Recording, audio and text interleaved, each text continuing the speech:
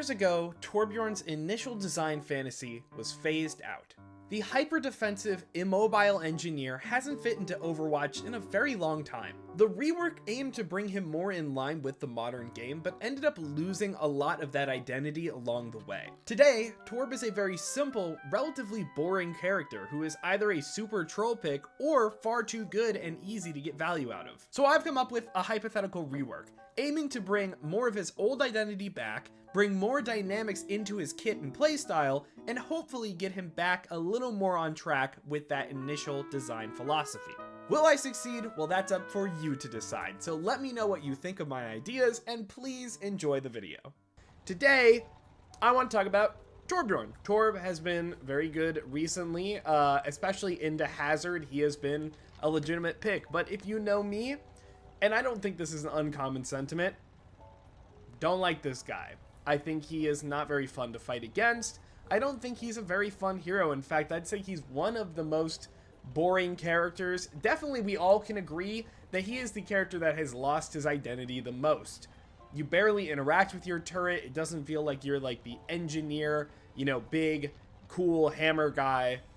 Doesn't make sense, right? It just feels like he's just a regular defensive character nowadays. So, I want to encourage a lot more, one, just general dynamic play style with Torbjorn, but secondly, I want to make Torb interact with this turret more. I want to just make his moment-to-moment game plan more fun, also introduce a little bit more like interesting counterplay, because turrets are a hard beast to get around. They are very, you know, the thing behind them is that you always have to turn to look at them, and you're interacting with something that isn't a real human, and it just auto aims on you.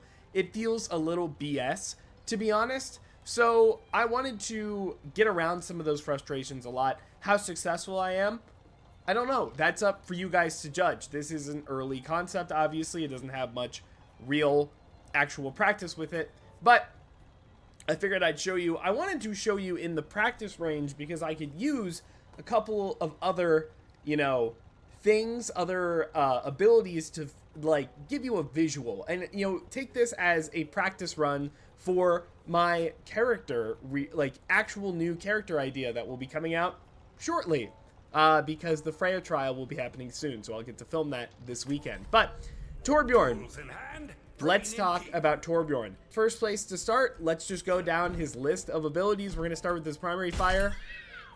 I think it's good. I think if there's one thing, you know, hitting a Cheeto is pretty satisfying. Now, they are a little spammable. Damage could be debatable. But, like, yeah, I think just the typical primary fire is good enough for me. I think it's fine. I think it's fun. I have an, you know, a little asterisk, an option later on that we'll talk about that might change it. But for now, we're going to go with this. We're going to move on to his secondary fire, which is no longer going to be the, you know, shotgun right-click. Instead, I am going to replace it with his hammer throw. That's what I'm going to call it. Now, Torb no longer pulls out the hammer, you know, on scroll wheel. That's at least what I have it. He doesn't pull this out anymore. He doesn't hammer the turret. I know, so sad. Maybe he can just keep it for shits and giggles. But actually, what Torb is going to have is a hammer that he will fire in a straight direction. Now I'm going on to Orisa here because I want to show you something very, very similar to it, right? So what this is going to do is that it's going to fire in a straight direction. It will gain power the longer that you're holding it, maxing out at around 4 seconds, right? And you can hold it even longer than that. So basically that's why I'm using this, right? The charged javelin. That is kind of how it's going to feel, right? So in the middle of the fight, let's say, you know, you're primary firing, and then you get you weave in hammers, right? This is a secondary fire, no cooldown. At least in this concept. I could be convinced at the end of this to say like maybe it should have a cooldown, but in this concept it is just a secondary fire. And remember, it takes a long time to charge and get the full value out of it. So what does the hammer actually do? For enemies, obviously it does damage, but it also knocks them back. That's also why the spear, I think, is a good thing. It's not going to have the wall bounce. It's just a knockback. But it scales with the longer that you hold it, all the way up to 4 seconds. Now, my idea is that it doesn't really do that much, even at max, because we don't want Torb just chucking giant hammers through chokes all the time, right? If it's not on a cooldown, it can't be too good. And I think that was something I wanted to keep in mind. But if it hits his turret, it is going to actually heal the turret and then increase the rate of fire a little bit for like a second or two. That is gonna matter a lot more once we get to the turret itself, because the turret has been changed a little bit. But that is something that you should keep in mind as we get there. The other thing about it is that when you get hit by a hammer, it will apply a status effect that I'm gonna call hammered because it's funny, but it applies a status effect that isn't actually something that directly debuffs the opponent. It's just something for Torbjorn and of course your enemies to keep track of. A hammered target will be the sole person that the turret fires at. So if nobody has the hammer on them, and I think it should only last a couple of seconds. Oh, giant ping spike. Blizzard servers actively dying on me while I'm filming this. If nobody has the hammer on them, the turret won't shoot anything. And I think that's a really good segue. So we'll go back and we'll talk about, you know, the things that I want to get out of like why I chose the hammer throw as the ability. Let's go ahead and talk about the turret. Turret is going to be a little bit different, right? So you can still throw it and do all that stuff, right? The turret will no longer automatically target something, right? Like that, right? Instead, it will only ever target the person that the hammer is on, right? The hammered target, right? And that swaps, it's only one target at a time, right? Only the one that Torbjorn has designated. That allows Torb to actually shoot something else while the turret to deal with the other character, right? The turret is actually going to be firing in a much slower, more powerful burst. Still a single target hit scan, but think of it more like the turret is going to be firing like this. Boom! Boom! You know what I mean? So the reason why I want that is that it kind of encourages you to hit these kind of crazy hammers mid-fight, try and get like a big blast of what's it called? Of damage. Now, it's not going to do as much as like a rivet gun to the head, right? But get like a big blast, but also give a little bit of time in between for your allies to kind of, or for the enemies to kind of like outplay it a little bit, right? When a turret is not actively firing at anything, then it's gonna shut down. Now this is like after a couple seconds after the last time it's fired, we'll put it here, right? The turret is gonna like shut down and take reduced damage in that state, right? Because it's not an active threat. So basically the idea behind this turret and his new system is to allow Torb to kind of deal with more things at a time by himself, but if he wants to really micromanage the angles and everything, he has to be involved with it. It's not just a turret checking angles. He kind of has to know, okay, so just because I throw a turret on an angle, somebody's going to come by it.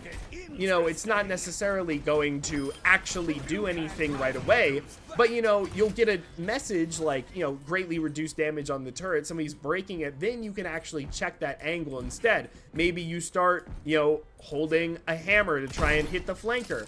Maybe you put it in a position people wouldn't realize, they walk into it, then you hit a hammer, now someone has a lot of burst damage on top of them. This allows you or your team to focus fire on a target, or you can use it to get extra damage on something else to keep them. You know, there's a lot you can do with it, right? Just because the turret has kind of a mind of its own that you are commanding, not only commanding, but with a little bit of skill shot in there as well. And putting a little bit of knockback on the hammer throw allows you to knock people into the range of the turret, and since it does an initial big burst of damage right away, that could be like a really, you know, oops, we didn't deal with the turret, nobody thought about that, we didn't think to break it, now somebody is dead because they tried to dive the Torb, and he pushed them back into the LOS of the turret that we didn't know was there, or we thought wasn't going to be a problem. There's a lot of decision making that you have to think about, right? So it actually sometimes would take a lot more time to deal with Torb turret, but it's not as like risky, right? It's riskier when it's active, and that's why it's less, right? And I think that's like an interesting like dichotomy there. I also wanted Torb to be able to freely change the targets, and that's why I decided not to put Hammer Throw on a cooldown. Again, I could kind of be convinced otherwise, but I think that'd be a really interesting idea to allow Torb to, like, have a little bit more free reign. And since you have to, you know, what's it called? You have to charge it to get the most value out of it. You can just use it to get 0 damage and just change the turret target, or instead you could charge it up longer if you want to get the most value out of it, and then that actively that kind of actively nerfs how much damage and uptime it can have. That's kind of my thinking there. At the same time, he could kind of reel back once he's fired it and he can't do anything else. I think that's fine as well. So we're going to talk about his second ability. Now his ability, I'm going to still call it Overload, but it definitely works a lot differently. Before we get into this ability, I do want to talk about his passive. His passive is what I'm going to be calling Forged in Fire. It's very simple. When either him or his turret, when him or his turret are in a lava pool, they regen health passively. Okay? Keep that in mind as we talk about this next ability, because Overload actually infuses his next hammer with the power of lava. Now this is on a cooldown. I have it on 8 seconds right now, give or take, right? Obviously we're getting a little more into the ballpark, but this infuses it with the power of lava. Upon impact of anything, a surface, an enemy, a turret, whatever, it will create a lava pool, right? So a lava pool would go right there, right? A regular size of, not even a regular size of a lava pool. During Overload, Torb moves faster while he's charging the hammer. So instead of, you know, getting your, I actually hadn't decided if he should punish his movement while he's charging up a hammer, or if he should be able to move freely and then get a speed boost. I like the speed boost idea because it gives Torb survivability. Basically what I wanted is I wanted Torb to be a lot more aggressive, right? So he gets in there. Honestly, maybe he could just have speed boost the whole time, but I wanted him to use it for the self-survivability, right? I want that to not be like the key, but it's something that Torb has to like actively think about. He could just use it to get a lot of extra damage, to heal his turret, to put it on himself, you know, and stand in one spot. Is that the best use of it? Probably not, because you're not using everything about it. Ideally, you know, you're throwing it at an enemy and then walking, you know, it pushes them back. You can walk up and take that space and then get a little bit of health regen, right? Something like that. There's a lot that you could do. You could throw it at your turret and fortify that a lot, and then sit by your turret and create like a defensive position, right? Then that encourages you sometimes to not always have the turret on an angle. You could play more for yourself, right? There's no reason to play with your turret. Now there kind of is, but it has limited use, right? It's not insane uptime.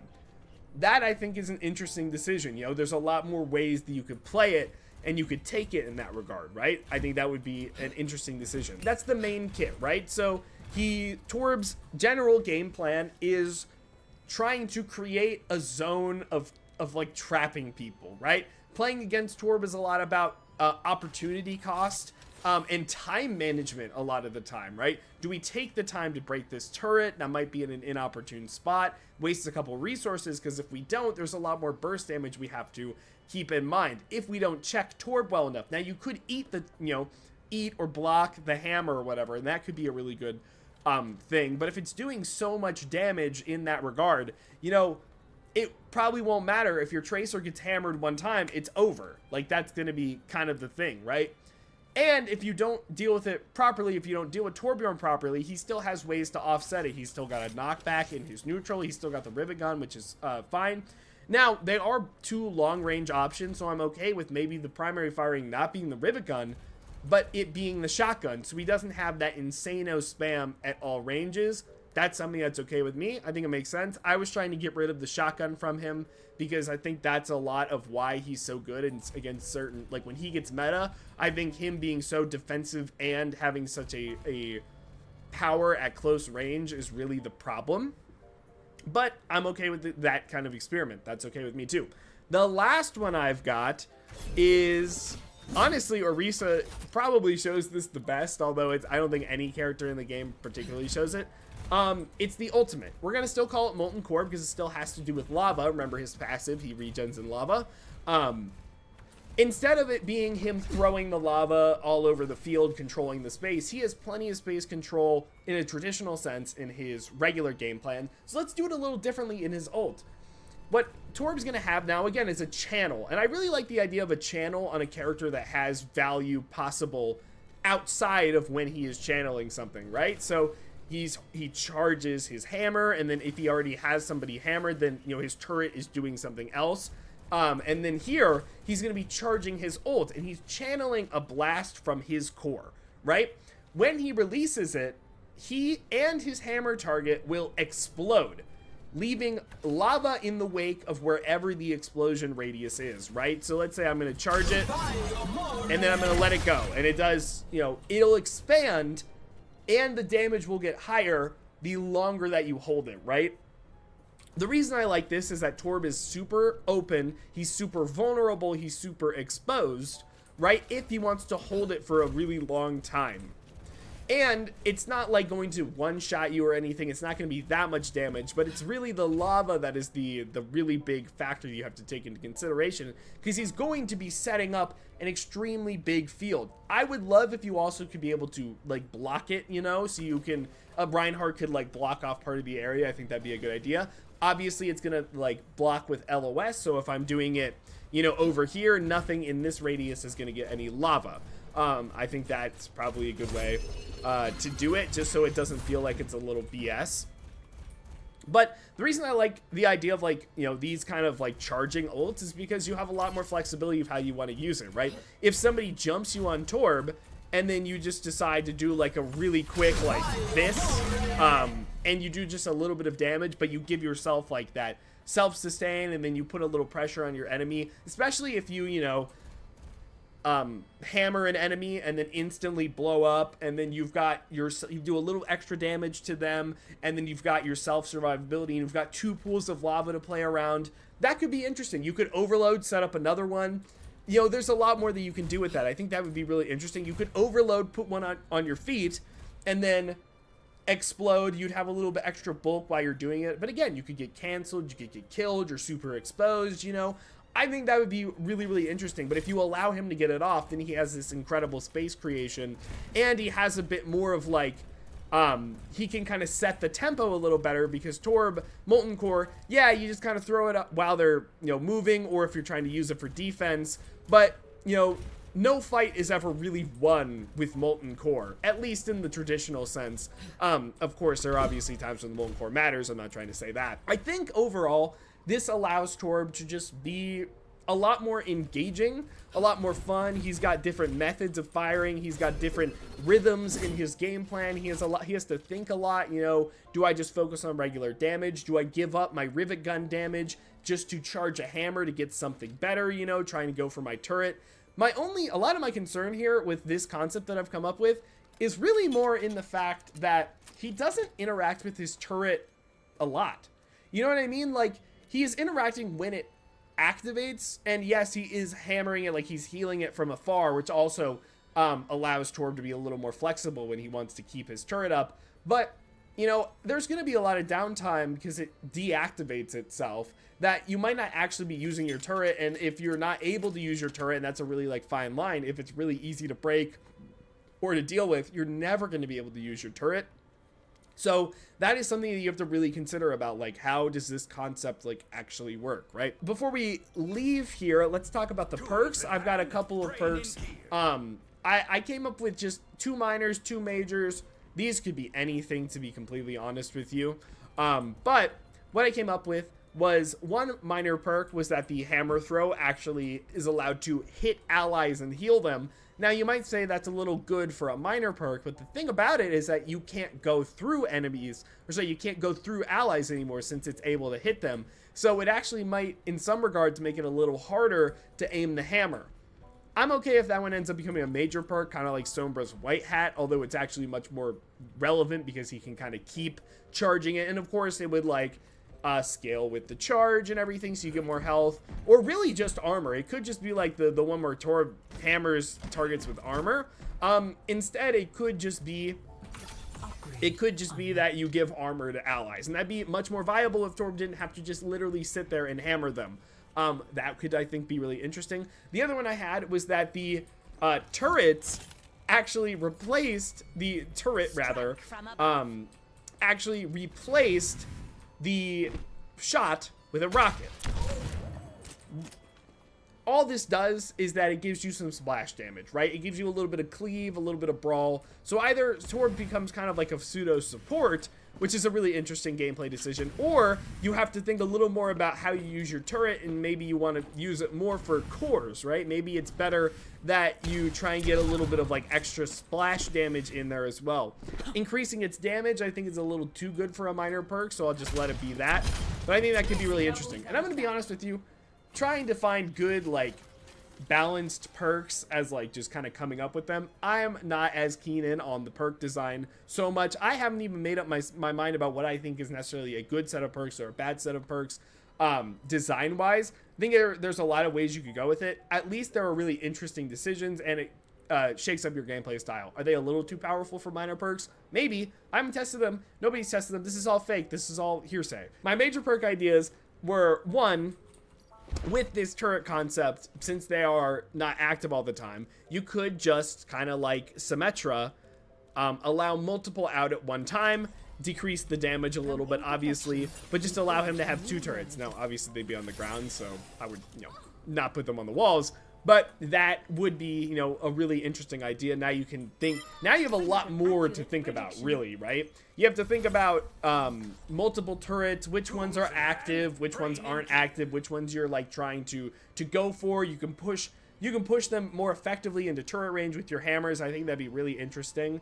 I think the turrets just need to be generally weaker, but overall stronger. Most, like some of those that are like, oh, you lose attack speed, but you gain a little bit more damage, that kind of stuff.